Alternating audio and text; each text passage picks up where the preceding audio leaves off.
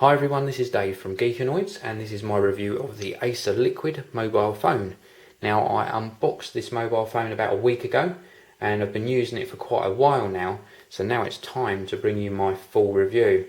Before I show you the user interface and some of the features of this phone, here's a quick rundown on the specifications.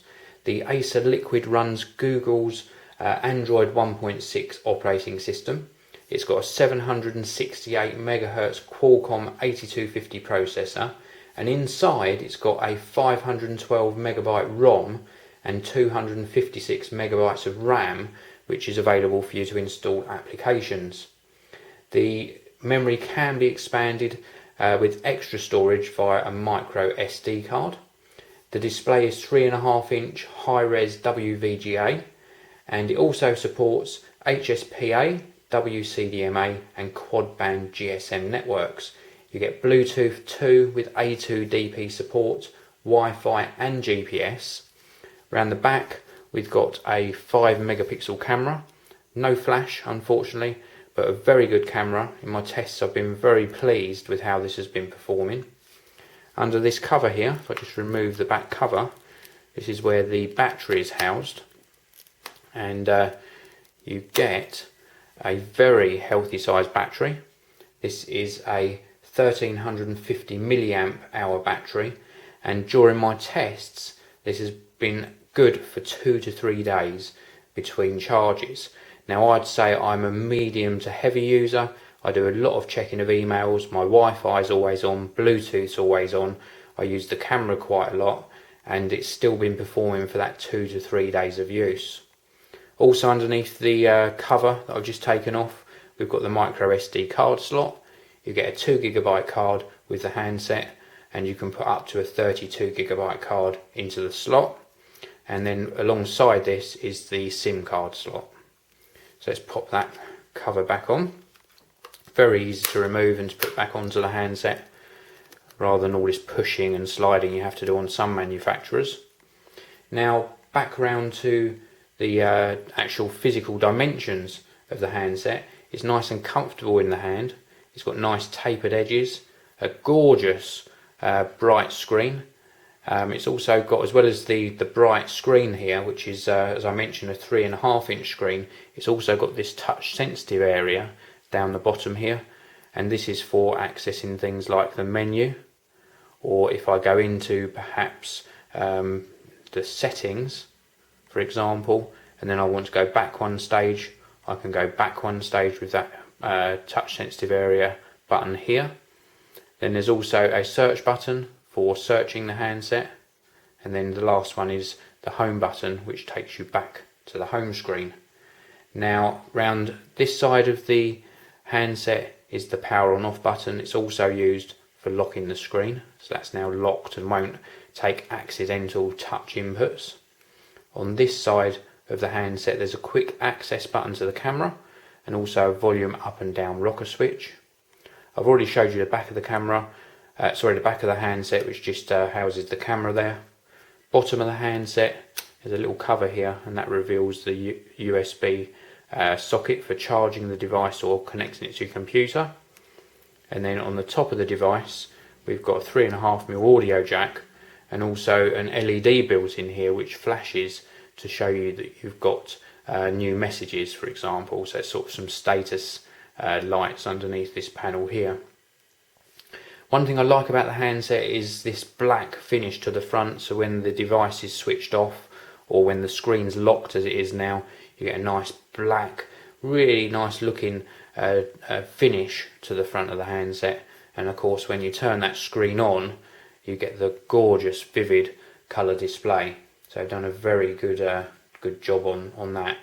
Now I'll just show you very quickly, if you're not familiar with the Android operating system, it really consists of 3 home screens.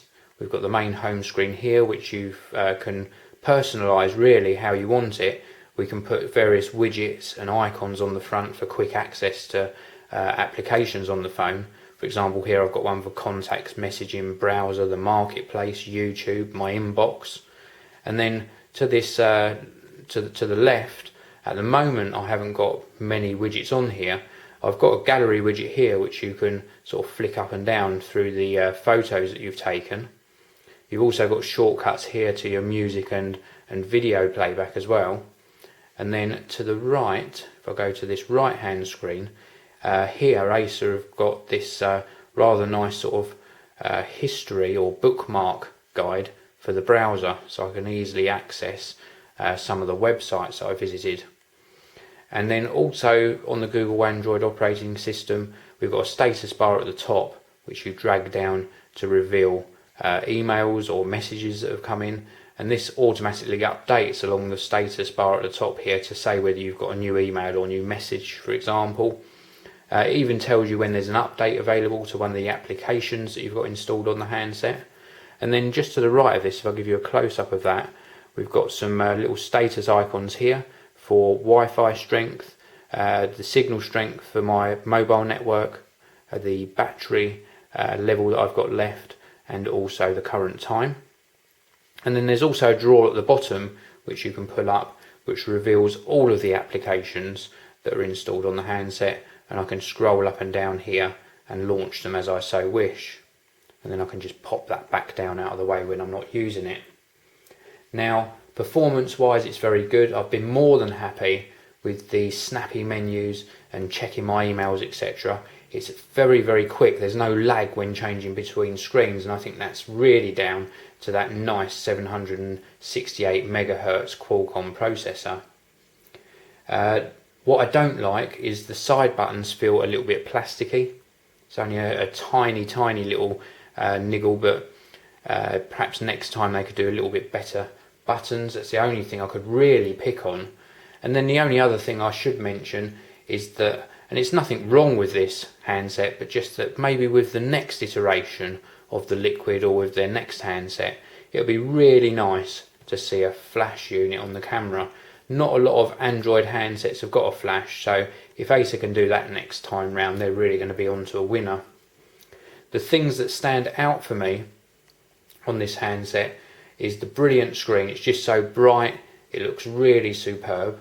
The animations when flicking between applications and screens, very fluid, very nice. You get some nice sort of transitions as well when you're closing down certain applications.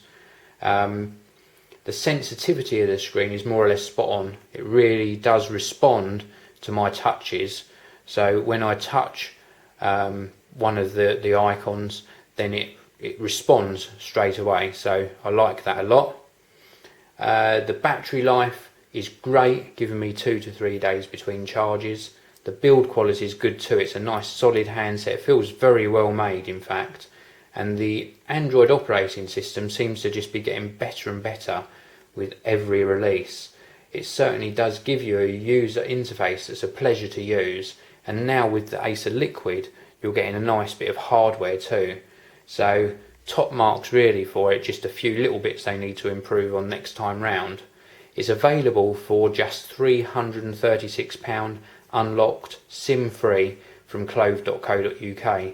If you're in the market for a touchscreen handset that really does deliver oodles of quality and a nice user interface, then I can certainly recommend this one. Well, thanks very much for listening. Come back soon and check out more reviews on the Geekanoids channel. This video review is sponsored by BMI Solutions, the largest reseller of document scanners within the UK, with a price promise guarantee.